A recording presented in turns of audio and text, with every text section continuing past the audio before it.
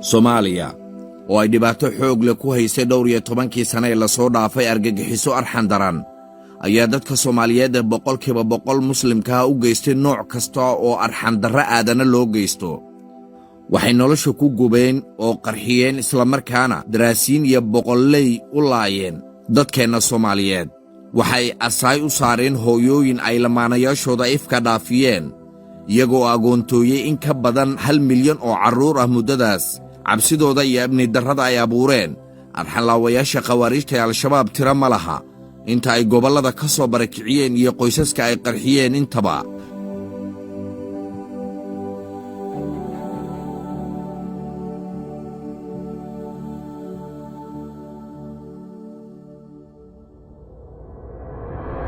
shan iyo 10 May 2022 waxay Soomaaliya gashay marxalad cusub oo xildhibaanada labada aqal ee baarlamaanka jamhuuriyadda ay doorteen madaxweynaha jamhuuriyadda Xasan Sheekh Maxamuud. waxaana intii uu ololaha doorashada ku jiray ballan qaaday haddii la doorto inuu si adag ula dagaalami doono argagixisada. dadka Soomaaliyeed meel kasta joogaan waxaan la socodsiinaynaa ama uga digaynaa meesha shabaab jooga inay ka fogaadaan. nin kastoo shabaaba waa hadaf, ciidan kastoo shabaaba waa hadaf, qof kastoo shabaaba waa hadaf. sida ay dadka Soomaaliyeed hadaf uga dhigteen ay u dilayaan ayaguna waa hadaf. agtooda ha ku dhaawacmin, hana ku dhimanin, ka fogaaw, ka fogaaw. waa la duqaynaa, waa lala diriraa, waa lagu duulaa, waa laga dul degaa, wax walba oo dagaal oo ku furan yahay shabaab ku furan.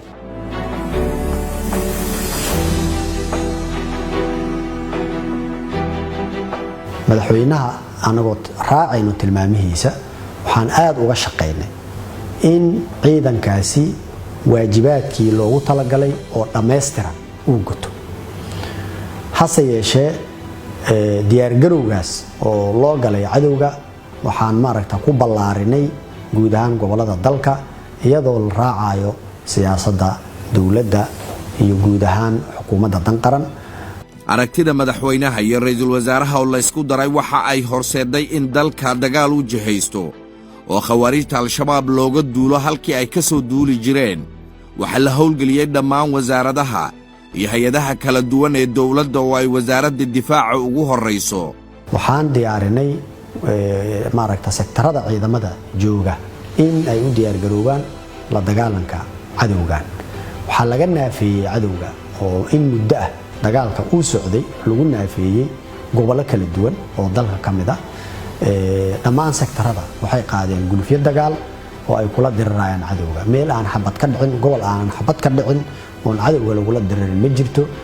7 bilood kadib xabaddu waxa ay maanta ka socotaa gobollada dalka oo gacanta khawaarijta waxaa si xooga looga saaray deegaanno, degmooyin iyo magaalooyin waaweyn oo muddo 15 sano ah ay argagixisada khawaarijta ee al-shabaab ku dhibaataynayeen dadka Soomaaliyeed.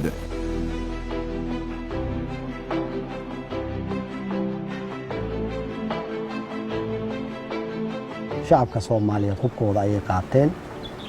muddo ku siman 7 bilood 8 bilood waxaa xabaddu ka socotaa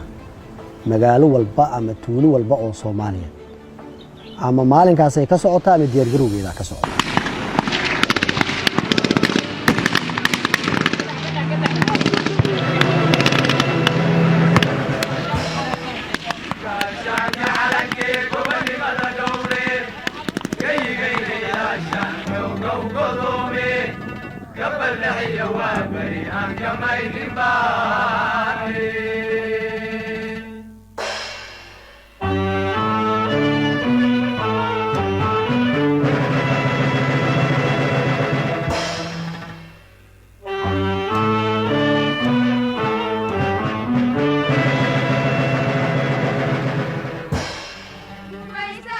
gobollada dalka waxaa intooda badan ka wada dhawaaqday xabadda xurriyadda, taas oo xanuunka geerida lagu dhadhansiiyey maleeshiyaad tiro badan oo ka tirsan khawaarijta al-shabaab, kuwaas oo ifka laga qariye looguna aarguday dadkii Soomaaliyeed ee ay dhibaatada badeen. gobolka Hiiraan ee dowlad goboleedka Hirshabeelle ayaa ka mid ahaa goobihii ugu horreeyay ee khawaarijta lagu xanuujiyey oo deegaanno badan ay gacantooda ka baxday. halganka ciidanka qalabka sida ee Soomaaliya waxa garabkooda buuxiyay geesiyaasha deegaanka oo iyagu ka dhiidhiyay gumaysiga khawaarijta isla markaana u arkay fursad ay kaalin ku yeelan karaan halganka dalka ay dawladdu kaga xoreynayso maleeshiyada arxanka daran ee al-shabaab. shabaab wiil yaroo la yiraahdo dhala dheere oo ciidankan ka mid ahaa ee meesha hantaagtida ay ugu sheekay habeen huradeeru shabaab qof looga dacwoodo ma leeyo oo inta ku ashtakiisa ka qabanay hadaa disho qof ku qabsanayna ma leh hanka dhowrina warkidi hadaan wax ku qabsanayna jiri cid uga dacwootaana aysan jirin maxaan ka dhowranaynaa galabta waajibaada leedii wada ma qaadanaysaan ya waajibaadka leedii wadahay waa in ciidamada dalku idin caawiyaan adinkuna hurmuud noqotaan bariiraha ninkii gaal dilaa doogse aan qaree waa dagaalamaynaa dhowr jiidooday joogaan jiidda ugu daranaan ka bilaabi rabnaa waa faltamaynaa waa soconaynaa dawladda Soomaaliyeed inayna garab istaagto ayna saacido intaas codsiyaan ka nahay codsina waa ka dhantaho ayadaaba hawshaan wadatay haddii laakiin ilaahay diiday diintiisana uu ku diiday nabi la soo amray uu soo jirin wixii rumeeyay inuu dilo dadka xataa la laayay oo la dhacay waxay ahaayeen dad yiri waxa tiraahdeen inka yeelinaha noo sheego markay ka aqbaleenay waxay xukunkii wuxuu soo saaray dhammaan in la dilo ayaga war mashkiladan aragnay caalamka aan waxay maskaxdooda aadi kartaa la arag mashkilad aqliga suurtagalkana uu diidan yahay islaamkuna uu meel cad ka abaaray taasana anagu bari ka qaadanay inaan u dhimanaan rabnaa darteed waxaana soo kiciyay ciil aniga qaasatan ka siciid fanax ahaan waxa igu dhacay dad badan way og yihiin anigana wax badan oo hadda ii qarsoona jiro heer waxaan gaaray gabadha aad guursatay lagu keeni maayo uma qalantid marka hore isu soo dhaq ay ahayn lagu keeni maayo cidii gabadha ay maxaa la yiraahdaa ka dhalatay ama dhashay la yiraahdo waxaan gaaray ama nala gaarsiiyay heer aabahay asagoo beertiisa falanayo inta laga soo xirtay la yiraahdo waxa laga rabaa $460 oo lagu gado rasaasta lagu ridi rabaa ma aniga wadkaygii gadanayo xabada waa gadanaa laakiin shabaabaan ku rida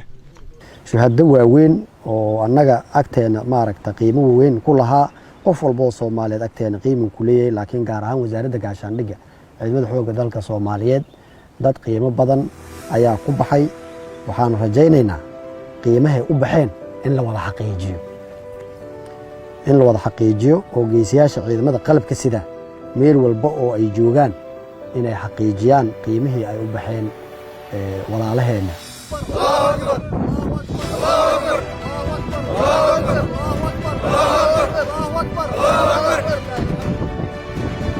halkan waa gobolka Galguduud oo lagu dhiirigelinayo ciidanka xoogga xoreynta deegaanka ee Macawisley waxaana ay diyaar u yihiin inay garabkooda buuxiyaan ciidamada qalabka sida ee Soomaaliya. dadka idin hor fadhiya waa culimaadudiinkii waa odayaashii waa dhallinyaradii waa waxgaradkii waa qaybihii kala duwanaa ee bulshadii ku nooleed deegaankan oo markii ay yaqiinsadeen waxa ay u socota khawaarijtu oo ah inay beddelaan diinkooda iyo inay dilaan oo ay bannaystaan dhiiggooda iyo inay dalkooda ka qaadaan go'aansaday inay iyagoo kaashanaya Allah subxaanahu wa tacaala difaacdaan sharafkooda iyo jiritaankooda iyo noloshooda iyo karaamadooda waxaan hubaa halgankan shabaab lagula jiro taariikhuu noqonaya sida weligiinaba taariikhaha hore aad qayb weyn uga qaadateen waxaan rabnaa haddana taariikhdan Soomaali cadowga shabaab isaga qaadayso inaad kaalinta koowaad ka gashaan xurriyaddii ma timaado haddii aan naf loo hurin gobonnimadana waa geed ku baxa dhiigga geesiga sidaas daraaddeed dawladda Soomaaliya waxaa ka go'an in la xaqiijiyo hadafkii ay naftooda u horeen shuhadadii geesiyaasha qaranka dagaal walba wuxuu leeyahay hoosta la bixiyo wiilal iyo gabdho Soomaaliyeed ayaa ku shahiiday dagaalkan inta lagu jiray ilaahay subxaanahu wa tacaala shahaadadooda ha aqbalo laakiin waxaad ogaanaysaa xasanow in maaragta aanan dagaal ama xorriyad ama gobonnimo ama maaragta in la badbaadiyo ummad maaragta masiirkeeda iyadoonan maaragta qof naftiisa u hurin inaynan dhicin. taliyaha ciidanka xoogga dalka Soomaaliyeed Generaal Odawa Yuusuf Raage waxa uu furumaha hore ee dagaalka ku dhiirigelinayaa ciidanka xoogga dalka Soomaaliyeed iyo geesiyaasha ka garab dagaalamaya inaan idinkaga mahad celiyo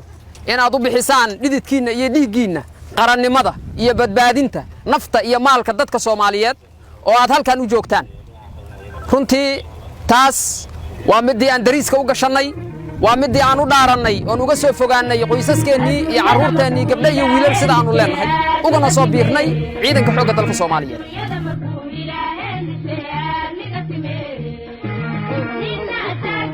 markan waxaa muuqanaya ififaalaha natiijada guulaha laga gaaray howlgalkii xoraynta oo dhowr bilood uun jirsaday. xilli habeen ah ayaa argagixisada khawaarijta ee al-shabaab lagu ugaarsanayaa dhulka hawdka ah.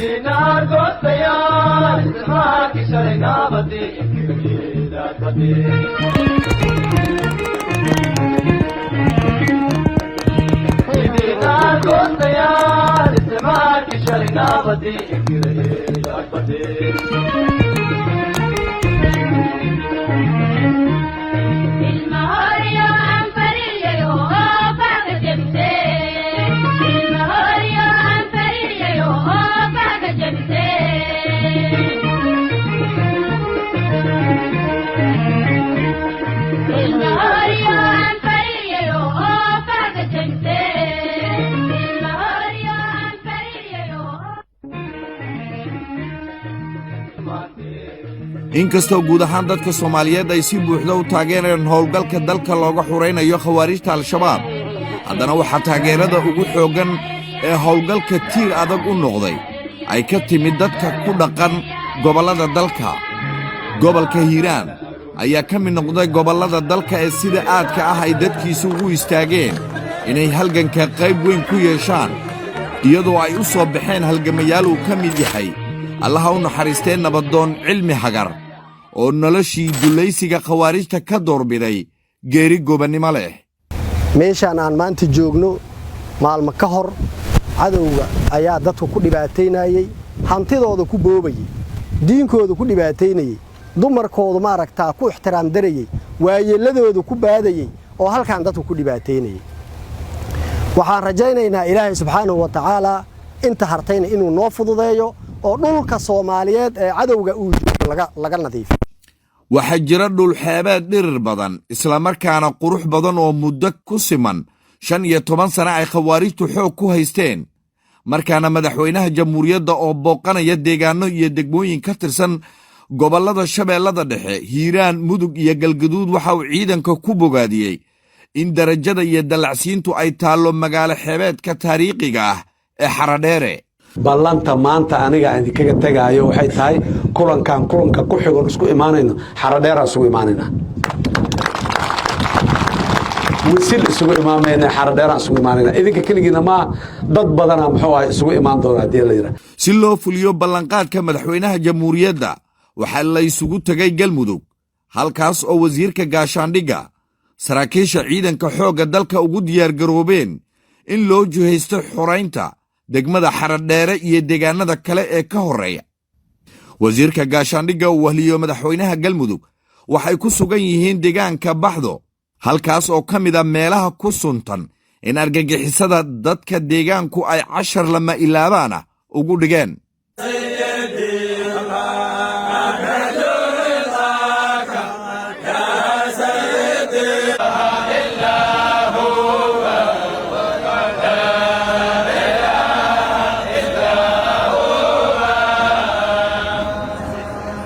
kan waa Generaal Maxamed Tahliil Biixi, taliyaha ciidanka lugta. waxa uu ku soo dhowaynayaa wasiirka difaaca deegaanka Ceelhuur oo laga xoreeyay khawaarijta, isagoo oo warbixinnana ka siiyey sida ay ciidanka qalabka sida ee Soomaaliya ugu diyaar garoobeen xoraynta deegaanka Xaradheere, Ceeldheer iyo Galcad oo ka tirsan Galmudug. waxaan rabaa halkaa inaan uga mahad celiyo ciidamada xoogga dalka Soomaaliyeed iyo ciidamada daraawiishta galmudug khaasatan gaalkacyo ama wasil iyo ciidamada kaleeto oo kala goonida ah oo ayaguna ka socda galmudug sida ciidanka baxdo iyo ciidanka jawle oo dhammaantood ka garab dagaalamahaya xoogga dalka Soomaaliyeed gaarayna guulo la taaban karo farxad bay noo tahay maantay oo runtii ciidamadu ay gaareen guulo rasmi ah ama ha ahaato ciidamada ka soo galgaduud shabeellada dhexe ka yimid oo galgaduud ku soo beegan oo ayaguna guulo gaaray iyo kuwii halkan ka dagaalamay hobyo godan baan u bixinay aaggan oo ayaguna guulo gaaray dadaal dheer juhdi iyo xeelado dagaal kadib waxaa markan la xoreeyey oo xor ah maalin gudaheed magaalooyinka Xaradheere iyo Galcad oo ka kala tirsan gobollada Mudug iyo Galgaduud wasiirka difaaca waxa ugu hambalyeeyay geesiyaasha dabaysha xorriyadda gaarsiiyey magaalooyinkan waxaan rabnaa inaan u mahad celinno dhammaan ciidamada qalabka sida gaar ahaan ciidanka xoogga dalka Soomaaliyeed oo maanta suuro geliyey in cadowga laga saaro laba degmo oo waaweyn iyo tuulooyinkii ku hareereysnaa degmooyinkaas waa Qalcad iyo Xaradheere oo ummadda Soomaaliyeed in muddo ah sugaysay waxaan rabaa shacabka Soomaaliyeed inaan ugu bishaareeyo geesiyaasha ciidamada qalabka sida oo kaashanaya dadka deegaanka oo aanan loo kala harin waxay maanta ku guulaysteen in ay gacanta ku dhigaan Galcad iyo Xaradheere oo hadda lagu sugan yahay ciidamada xoogga dalka Soomaaliya ay ku sugan yihiin dhammaantood maalin kadib xoraynta degmooyinka Xaradheere iyo Galcad waxa ay Soomaaliya u tahay maalin kale oo guuleed oo degmada taariikhiga ah ee Ceeldheer ee gobolka Galgaduud ayaa laga xoreeyay cadowga ummadda Soomaaliyeed ee khawaarijta ah maanta waxaa la xoreeyay oo Ilaahay subxaanahu wa ta'aala gacanta maaragta qaranka Soomaaliyeed iyo guud ahaan shacabka Soomaaliyeed dib ugu soo laabtay degmada Ceeldheer ee ka tirsan gobolka Galgaduud waxaan Ilaahay mahadiisa ah in si nabad ah lagu wareegay waxaan mar labaad mar saddexaad leeyahay shacabka Soomaaliyeed hambalyo kadib markii magaalooyin badan gacantooda laga saaray khawaarijta arxanka daran ee al-shabaab waxaa mar kale fursad la siiyey dhallaanka Soomaaliyeed ee ay qaldeen horjoogayaasha khawaarijta inay dadkooda ka soo mid noqdaan inta aysan dhadhamin xanuunka gumaca rasaasta halkan aan joogno waa deegaan markii khawaarijta Ilaahay baa jabshay waa carareen waxaan rabaa marka fariin kooban inaan u diro dhalinyarada la khalday oo khawaarijta ah oo dadka muslimiinta ah leynaya oo waalidkooda walaalkooda xoolaha dadka muslimiinta waxa ay reebanayaan aan la arag oo dadka gubaya qarxinaya waxaan leeyahay mar haddii Ilaahay subxaanahu wa ta'aala garabkiina ku jirin shacabka Soomaaliyeedna garabkiina ku jirin oo hoggaan ibaan aad ku looshiin walaalayaal dadkiina dalkiina u soo laabta dawladdu way idin soo dhaweynaysaa dadku way idin soo dhaweynayaan laakiin haddaa sida hadda ku jirtiin waxa hadda idinku dhacayo oo hogga iyo ba'a iyo gubashada iyo dhimashada iyo maaragta baqtiga iyo waxaad ku jirtaan aad ku jiraysiin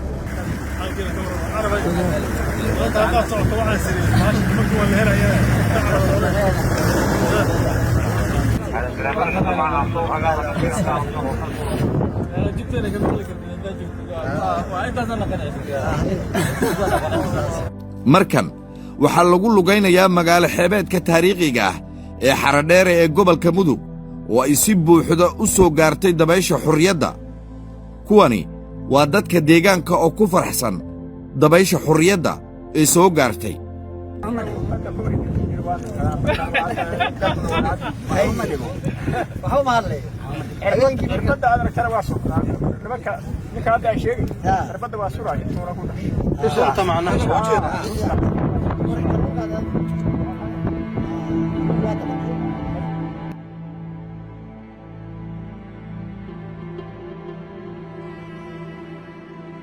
bilo kooban gudaheed maleeshiyada khawaarijta ee al-shabaab waxaa si buuxda gacantooda looga saaray deegaanno degmooyin iyo magaalooyin ka badan kontomeeyo kuwaas oo ay in muddo ah ku gumaadayeen shacabka Soomaaliyeed halganka xorriyadeed waxaa kaalin muuqata ku leh haweenka Soomaaliyeed oo si buuxda u garab istaagay geesiyaasha ciidanka qaranka iyo kuwa deegaanka oo si wada jira ugu istaagay inay cadowga ka dulqaadaan dadkooda. dagaal xooggan oo lagu qaaday khawaarijta al-shabaab waxaa lagu gaarsiiyey khasaare kala duwan oo waxa ay ku jabeen furmaha dagaalka. waxaa kale oo lagu furay furmo kale oo lagu guulaystay oo waxaa laga hor istaagay malaayiin dollar oo ay si xoog ah horayba uga qaadeen dadka Soomaaliyeed. waxaan baabi'inay haddii ilaahay kuu idmaayo checkpointyo gaaraya 100 iyo xarumo oo ay maaragta baadda ku aruuriyaan oo dadku ay sanad walba 3-4 jeer xoola uga gurbiyaan oo ay maaragta waaweyn oo ku kala yilay gobolada dalka gaar ahaan shabeellada hoose shabeellada dhexe hiiraan galgaduud mudug jubbooyinka iyo maaragta baay iyo bakool goobahaas oo khawaarijta canshuuraadka ay ku aruurin jireen oo looga maaragta adkaaday waxay hoos u dhigtay dhaqaalihii ay qaadan jireen dhinaca militariga ahna dilka khawaarij loo geystay kumanaan ayuu marayaa.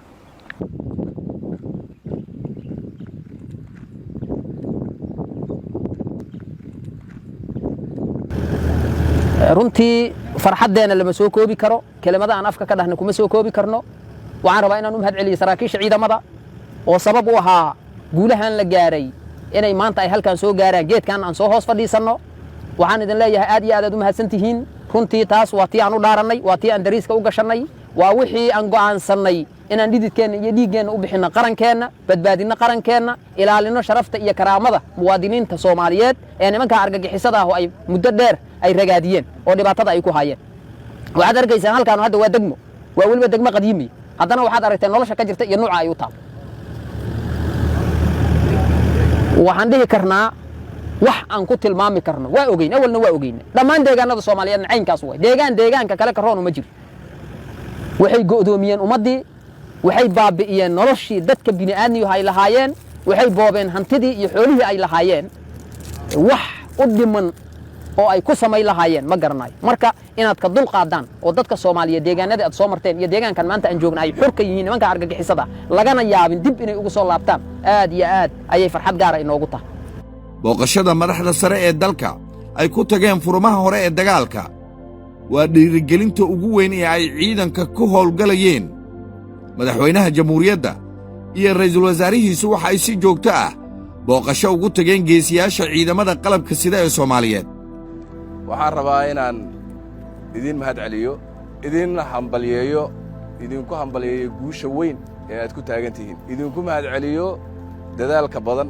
ee intiina aan soo sheegay oo dhan idinkoon kala hadlahayn aad samayseen, eed maalin iyo habeen u taagan tihiin, ee aad naftiinna u soo horteen. qofka bani aadamka waxa ugu qaalisan agta waxa uu haysta waa naftiisa. marka qofku naftiisa mar hadduu huro waxa weeye wixii ugu dambeeyey waa soo dhiibay. waxaa kaloo dagaalka hore loogu arkin oo haddeer ahmiyadaha uu leeyahay ka mid a in madaxda qaranka ay furimaha joogaan oo ay imaanayaan oo ciidamadoodii ay furimaha kula hadlaayaan, khawaarijtana fariimaha ay furimaha ugu dirayaan. halka khawaarijta ay furimaha ka dhuumatay oo ka wada carartay oo ilmaha yaryar oo muqarribiinta ah oo aan laga nixin oo dabka lagu shubayo keliya ay furimaha joogaan, iyagana ay godad ay maaragta qoteen. tegista furmaha hore ee dagaalka oo aad ku garab istaagtaan ciidamada halganka ku jira waa dareen gaar ah oo kugu dhiirigelinaya xaqiijinta hadafka loo socdo oo ah Soomaaliya oo xor ka ah khawaarij. horta in furmaha timaado waa dareen aad u qiimo badan oo xaqiiqdii yacni qof walboo Soomaaliyeed maalin uu ku taamayay nimankan ummadda gumaadayo inuu arko iyagoo jabaya. waa dareen aad u qiimo badan inaad aragto ciidamadaadii oo guul gaaray oo maaragta xoreeyey shacab Soomaaliyeed oo dhibanyaal ahaa oo markaad aragto duruufahay ku noolaayeen aad ka naxaysid inay badbaadiyeen.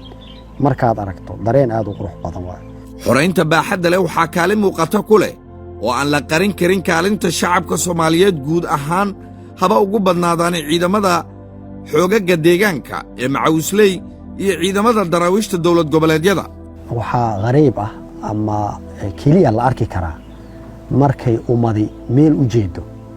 ama wax ka wada dhaxeeyo maaragtaa ahdaaf ka wada dhaxeeyso markay dhibaato gaarto keliya u kacdo ay tahay aan ka aragnay shacabka Soomaaliyeed in ay furmihii nala joogaan wiilashoodii iyo gabdhahoodii inta hantidooda qoryo ugu soo gadeen inay furmihii ay joogaan ninka xoolo haysta inuu neefkiisa ariga iyo neefkiisa lo'da ah uu soo qaato oo qori ku soo gato oo kadibna uu maaragtaa furmaha soo aado oo naftiisa biimeeyo oo xabaddu ay maaragta kuleelkeedii nala hor istaago wax aan maaragta ugu mahadcelina ma naqaan shacabkeena aaday u mahadsan yihiin dagaalka ay ka qayb qaateen oo maalkooda iyo maaragta muruqooda iyo dhididkooda iyo naftoodaba ay ku keeneen aaday ugu mahadsan yihiin ka sokow shacabka Soomaaliyeed ee gobolada dalka ku dhaqan guulaha halganka xorriyadeed waxaa kaalin mug leh ka qaatay qurba joogta Soomaaliyeed iyo saaxiibada caalamiga ah. dadka qurba joogta Soomaaliyeed weligooda waxay ahaayeen dalka dadka badbaadinaya kaalimaha koowaad ayay uga jireen muddadii shacabka Soomaaliyeed dhibanaa oo khawaarijtan dul saarneed ama abaaro kala haysteen ama colaado kala haysteen waxay ahaayeen dadkii nolosha ku hayay oo lacagaha dibadda uga soo diri jiray haddana kaalinkoodii aad bay u guteen oo maaragta lacaga tiro badan ayay waxay soo geliyeen iyaga oo duruufaad adag ku shaqaynaya in khawaarij lala diriro iyagana waa u mahadcelinaynaa hantida ay geliyeen khawaarijtan in lala diriro waa uga mahadcelinaynaa. Soomaaliya maanta waxa ay qoraysaa taariikhdana waxa kaalin muuqata ay uga furan tahay dhalinyarada Soomaaliyeed iyaga oo ka mid noqonaya ciidamada qaranka waxaana qorshaha xiga uu yahay in guud ahaanba geyigeena laga xoreeyo argagixisada caalamiga ah. taariikh baa qurmaysa taariikhdaasi waxay dhihi doontaa taalooyin waaweyn oo loo dhisi doono shuhadada taariikhdan ku baxday taalooyin waaweyn oo loo dhisi doona dadka aragtida qiimahan badan soo hindisay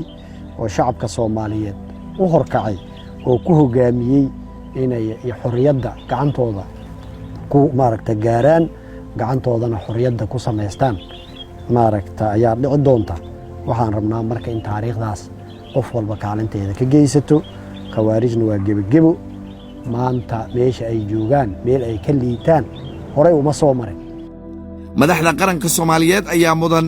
in looga mahad celiyo fursadda hoggaaminta dagaalka iyo ka dhabaynta ballanqaadyadooda ku aadan in shacabka Soomaaliyeed laga xoreeyo khawaarijta deegaanadan hadda joogno guryo 15 sano dadkii lahaa imaanin ayaa ku yaal oo markaan qabanay kadib intay yimaadeen ay ku dhex ooyeen 15 sano hanti baa ka gashay qofkaasi gurigiisa hooyadiisa aabihiisa ku noolaayeen asagoo uu ku dhashay uu ahaa uu imaan waayay taa marka waxay ku tusaysaa waa dareen aad u qiimo badan si lagu cabirana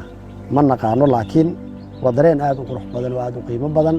inaan nasiib u yeelanay oo fursadaas ay madaxda qaranka nasiiseen waa ugu mahadcelinaynaa. muxuu yahay higsiga wasaaradda gaashaandhigga Soomaaliya oo ah barta xudunta u ah hoggaaminta howlgalka xoreynta wasaaraddu waxay higsanaysaa guud ahaan in shacabka Soomaaliyeed ay helaan amni guud in la dhiso ciidamo qaran oo ku filan xuduudaha iyo amniga geyiga Soomaaliyeed ku filan in la dhiso in la helo ciidamo asluubtooda iyo disibliinkooda wanaagsan yahay waxay higsanaysaa muddo dhow in geyiga Soomaaliyeed aanan looga baahanin askari ajnabi ah wasaaraddu waxay higsanaysaa Soomaaliya barwaaqo ah iyadana isku filan amnigeedana ku filan waxaa alla mahadiya in muddo kooban kadib maanta gacanta cadowga khawaarijta ee al-shabaab laga xoreeyay deegaanno degmooyin iyo magaalooyin badan oo aan ka xusi karno moqokori tardo ceelhareeri